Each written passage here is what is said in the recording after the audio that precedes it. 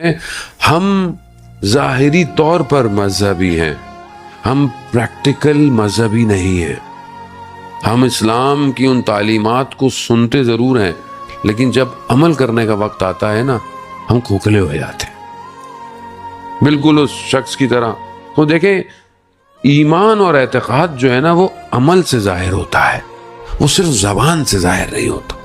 ایک آدمی کہے کہ میں ذکر کرتا ہوں، استغفار کرتا ہوں، توبہ کرتا ہوں، اب یہ توبہ اور استغفار تب ہو کہ جب وہ گناہ کرتے وقت اس کے اعضاء و جوارح کانپنے لگے، جب اسے احساس ہو، ورنہ پھر آپ استغفار زبان سے پڑھتے رہیں، استغفار استغفار استغفار، بس تسبیح، اب تو تسبیح بھی ڈیجیٹل آ گئی ہے، وہ بھی پڑھتے رہیں، اور آپ کی نہ زبان گناہ سے روکے، نہ آنکھیں آپ کی گناہ سے روکیں، نہ آپ کا ذہن گناہ سے روکے، تو پھر آپ کی استغفار کیسی ہے؟ اسی طرح بہت سارے معاملوں میں ہم اس رحمان کی رحمانیت کے مانتے تو ہیں، لیکن جب پریکٹیکلی امپلیمنٹ آتا ہے تو دیکھتے ہیں کہ نہیں، اس شخص کی طرح کہ جو رات کی تاریکی میں مختلف طریقے سے واقعہ بیان ہوا ہے کہ پہاڑ سے گر گیا یا کسی بڑی سی عمارت سے نیچے گرا، اندھیرا تھا، تاریک تھی، پتہ نہیں تھی، پھنس گیا درمیان میں کسی ٹہنی میں، کسی چیز میں، اور کپڑے اس کے پھنس گئے۔ اس نے کہا، پروردگار میری مدد کر، تو رحمان ہے، تو رحیم ہے۔ آواز آئی، جو لباس تمہارا پھنسا ہوا ہے اس کو کھول دو۔ اس نے کہا، میں کھول دوں، میں تو نیچے گر جاؤں گا، میرے تو ٹکڑے ہو جائیں گے۔ پکارا مگر عمل نہیں کیا۔ صبح جب کچھ لوگ گزر رہے تھے تو کیا دیکھا؟ آدھے میٹر کے فاصلے پر شخص اپنے ہی لباس میں پھانسی میں مر گیا۔ جب آواز آئی کہ کھول دو، اس کا مطلب کیا ہے؟ اس کا مطلب ہے کہ یقین نہیں ہے۔ یقین، جبکہ خدا کہہ رہا ہے مجھ پہ یقین کرو۔ آغا دولابی فرماتے تھے کہ جب تمہاری زندگی میں سارے دروازے بند ہو جائیں تو پھر سمجھ جاؤ کہ اب تم اس پر ڈیپینڈ کرو گے کہ جو کسی پر ڈیپینڈ نہیں کرتا۔ تو یہ انسان تبھی ہے کہ جو اس کو یقین ہو جائے گا کہ تو سب بند ہو گیا، اب وہ ہے کہ جو سارے دروازوں کو کھولے گا۔ لیکن کیا میں اس طرف بڑھ رہا ہوں کہ نہیں بڑھا؟ کیسے بڑھوں گا؟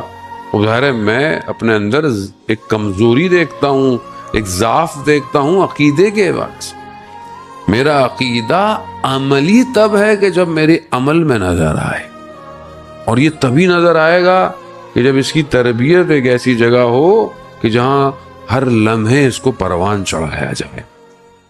عزیزان محترم، ہم جس معاشرے میں رہ رہے ہیں، آج آپ کے سامنے معاشرے میں جو مسائل ہیں، چاہے وہ سیاسی ہوں، چاہے وہ مذہبی ہوں، چاہے وہ اقتصادی ہوں، ان سب کو اوور کم کرنے کے لیے افراد کی ضرورت ہے۔ افراد نہیں ہوں گے تو آپ کیسے کریں گے کام؟ اور جب ہم یہ کہتے ہیں کہ آج یہ افراد سب خراب ہیں، کوئی چور ہے، کوئی ڈاکو ہے، کوئی فلانا ہے، کوئی فلانا ہے، خب یہ سب ہم میں سے ہیں، یہ باہر سے کوئی نہیں آیا، اسی معاشرے نے لوگوں کی پروان چڑھائی۔ ذوالقرنین، اسکندر جسے کہتے ہیں، کتنی لمبی زندگی ہے، کہاں کہاں کہاں گئے، وہ یاجوج ماجوج کو بھی جو قوم کو بچایا، وہ سب ذوالقرنین حضرت موسیٰ کی قوم کے پاس سے گزرے تو دیکھ کر پریشان ہو گئے، کہا کہ لوگ اتنے سکون میں، اتنے اطمینان میں ہیں۔ دیکھا تو ان کے گھروں کے صحن کے اندر قبریں بنی ہوئی ہیں۔ کہا یہ کس کی قبریں ہیں؟ کہا یہ ہمارے رشتہ دار جو مرتے ہیں ہم ان کو اپنے صحن میں دفنا دیتے ہیں۔ کہا کیوں؟ کہا تاکہ ہم روز دیکھتے رہیں کہ ہم نے بھی قبر میں جانا ہے۔ کہا تمہارے گھروں میں دیواریں کیوں نہیں ہیں؟ کہا کیونکہ ہمارے ہاں نہ چور ہے، نہ کوئی نقصان دینے والا ہے۔ تو کہا تمہارے ہاں کوئی حاکم بھی نہیں ہے؟ کیا ہمارے ہاں ایک دوسرے سے لڑائی نہیں ہوتی ہے؟ خب کیوں؟ کیونکہ اعتقاد ایسا ہے۔ یہاں تو آدمی گھر والے پہ گھر والا بھروسہ نہیں کرتا، موبائل میں 4 پاسورڈ لگے ہوئے ہوتے ہیں، یہ والا بھی، انگوٹھے والا بھی، آنکھوں والا بھی، سب لگے ہوئے ہیں، یہ بند ہو جائے تو یہ نہ کھلے، یہ نہ کھلے تو یہ نہ کھلے۔ کیوں؟ بھروسہ نہیں۔ اندر سے چور، اندر کا چور باہر کہاں آئے گا؟ عزیزان محترم، خوب معاشرہ چاہیے۔ آج اعتراض کرنا، تنقید کرنا آسان ہے، لیکن کام کرنا مشکل ہے۔ وہ آج ہم اپنے معاشرے کی ارتقاء کے لیے کیا کام کر رہے ہیں؟ وہ پہلی چیز عزیزان محترم جو سب سے زیادہ ضروری ہے وہ تعلیم اور تربیت ہے۔ آج ہم نے اپنے گھر میں یا اپنے محلے میں تعلیم و تربیت کا کیا ماحول ہے؟ کیا ہمارے پاس کوئی سسٹم ہے؟ کیا ہم نے کوئی سسٹم انٹروڈیوس کیا ہے؟ وہ پہلے تھوڑا سا پیچھے چلے جائیں، جب یہ مصیبت بھی ہے فائدہ بھی ہے، یہ موبائل نہیں تھا تو کم از کم لوگ اپنے بزرگوں کے پاس بیٹھتے تھے، محلے میں بیٹھتے تھے، کوئی بات سن لیتے تھے، کوئی نصیحت سن لیتے تھے۔ اب تو کوئی کسی کو اتنا بزی ہو گیا کہ کوئی سنتا نہیں ہے۔ ان حالات میں کہ جو میں یہ نہیں کہہ رہا کہ آپ موبائل پھینک دیں یا توڑ دیں یا ٹیکنالوجی یوز نہ کریں، نہیں، اس ٹیکنالوجی کے دور کے اندر ہم کوئی سسٹم انٹروڈیوس کر رہے ہیں کہ ہمارے معاشرے میں، ہمارے محلے میں، ہمارے گلی میں لوگوں کی تربیت ہو، ہمارے اپنے گھر کے اندر لوگوں کی تربیت ہو۔ کیا اس طرف ہم سوچ رہے ہیں کہ نہیں سوچ رہے؟ اور اس ٹیکنالوجی کو کہ جو بہرحال اتنی حاوی ہوتی جا رہی ہے، اس میں ہمارا کتنا بڑا کردار ہے؟ اگر آپ خود اس ٹیکنالوجی میں نہیں آئیں گے تو جو ظاہر ہے جو دوسرا آئے گا وہ اپنی مرضی سے آئے گا، پھر آپ صرف استعمال کرنے والے ہیں، آپ بنانے والے نہیں ہیں۔ تو کیا آپ خود کچھ بنانے کا سوچ رہے ہیں ابھی تک؟ یا آپ نے محلے کے اندر کوئی ایسا انسٹیٹیوٹ بنایا ہوا ہے کہ جو آپ کی اس نسل کو، بچوں کو فری میں ڈیجیٹل مارکیٹنگ، سورس کوڈنگ، کوئی اور پلاننگ، کچھ اور سکھا رہا ہے کہ نہیں سکھا رہا؟ معاشرے کی ضرورت ہے جانے محترم، اب سب کچھ آن لائن ہے، ہر چیز آن لائن ہے، آپ بھاگ نہیں سکتے ان چیزوں سے۔ تو کیا اس دور کے اندر جب آپ صرف انسٹیٹیوٹ کے اندر اگر آپ نے خود بنایا ہوگا تو صرف آپ اس میں کورس نہیں سکھائیں گے بلکہ ساتھ میں تربیت بھی کریں گے کہ اس ٹول کو انسانیت کی فلاح کے لیے استعمال کرو، اس ٹول سے کوئی ایسی چیز نہیں بناؤ۔ شہید مطہری اپنی ایک کتاب میں فرماتے ہیں کہ یہ جو نئی ٹیکنالوجی بہرحال جو بھی اس زمانے کے اندر بھی تھی، یہ ٹیکنالوجی بری نہیں ہے۔ جو خوب مثال بھی دیتے ہیں، خوب یہ جو جہاز ہے، خوب جہاز کو برا نہیں ہے، خوب یہی جہاز آپ کو مکہ مدینہ بھی لے کے جائے گا، یہی جہاز آپ کو کسی گناہ کرنے والی جگہ پہ بھی لے کے جائے گا۔ اصل مشکل آپ کی اپنی ہے کہ آپ اس سے فائدہ کیا اٹھا رہے ہیں۔ کیمرہ برا نہیں ہے، کیمرہ آپ کی مجلس بھی دے سکتا ہے، آپ کے حرم کو بھی دکھا سکتا ہے، اور بھی چیزیں، لیکن اسی کیمرے سے اگر کوئی چیز غلط بنائے تو کیا کیمرہ برا ہے؟ نہیں، سافٹ ویئر برا اور اچھا ہوتا ہے۔ اگر اس سافٹ ویئر کو وائرس دور کر دیں تو یہ انسانیت کی فلاح دے گا۔ نیوکلیر ٹیکنالوجی بری نہیں ہے۔ آج دنیا کے اندر انرجی کرائسس ہے، دنیا میں گیس کی شارٹیج ہے، پیٹرول اوپر نیچے ہو رہا ہے، خوب بجلی کہاں سے آئے گی؟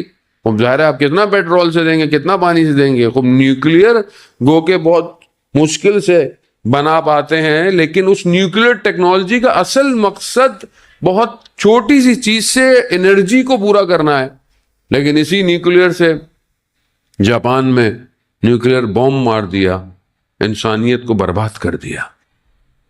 ٹیکنالوجی بری نہیں ہے، فون اچھا اور برا نہیں ہے، آپ نے اس کے اندر ڈالا ہوا کیا ہے؟ کیا آپ اس فون میں قرآن پڑھتے ہیں؟ کیا آپ اس فون میں ہر روز صبح اٹھ کے دعائے عہد پڑھتے ہیں؟ کیا آپ اس میں کوئی پڑھائی، کوئی ایجوکیشن کی چیز کرتے ہیں، یا صرف بیٹھ کر فیس بک، انسٹاگرام دیکھتے رہتے ہیں؟ فون برا نہیں ہے۔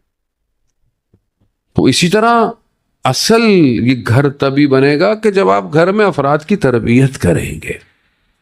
اب آپ کے اپنے اوپر ہے کہ اب آپ بہت اچھی کوشش ہوتی ہے، مجھے جوان لڑکے ملتے ہیں اور آپ کے محلے کے اور اس طرح ہر جگہ کے مولانا صاحب ہمیں مجلس کا ٹائم دیں اور ابھی آگے والے ٹائم دیں، خوب دیکھیں، بہت اچھی بات ہے، آپ مجلس کرائیں، مجلسیں اور علماء سے بھی کرائیں، لیکن کیا آپ اس بھاگ دوڑ کے علاوہ یہ سوچتے ہیں کہ میں اگلے سال تک اپنے محلے میں کوئی ایک ایسا ادارہ بنا لوں، کوئی ایسا انسٹیٹیوشن بنا لوں، کوئی بچوں کی ایجوکیشن کے لیے کام کر لوں، کوئی اپنے محلے کے چھوٹے چھوٹے بچوں کو بک ڈسٹریبیوٹ کر دوں، کوئی لائبریری بنا لوں؟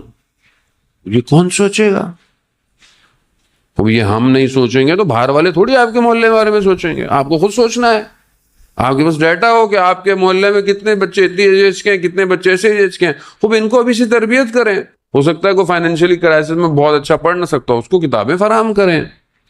ٹیلنٹ درمیان میں موجود ہوتا ہے. آپ اس کو اوپر لیول تک لے کر آئیں, اس کو انجینئر تک آگے تک لے کر, خود کس کی ذمہ داری ہے عزیزان محترم؟ پھر ہم کہتے ہیں جی معاشرے میں یہ مسائل ہیں, فلانے یہ مسائل ہیں. خوب مسائل صرف مسائل کہہ کر حل نہیں ہوگا جب تک ہم گھر کو صحیح نہیں کریں گے.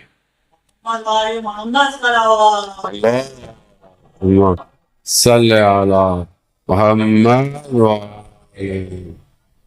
آپ دیکھیں کہ یہ گھر خوب کتنا بہترین گھر ہے کہ یہاں پر اگر آپس میں بچوں کا مقابلہ بھی ہو رہا ہے کہ کچھ ملے گا تو کیا ہے کہ بی بی جو ہے وہ تسبیح کے دانوں کو بکھیر دیتی ہیں, اور حسن اور حسین جو ہے وہ دانوں کو جو زیادہ اٹھائے گا وہ جو ہے اس کو ملے گا, لیکن دانے دونوں برابر اٹھتے ہیں. تربیت گھر کے اندر ہے. ایک اگر کچھ دے رہا ہے بڑا سائل کو تو دوسرا کہتا ہے میں بھی دوں گا, تیسرا کہتا ہے میں بھی دوں گا. وہ یہ تربیت ہے.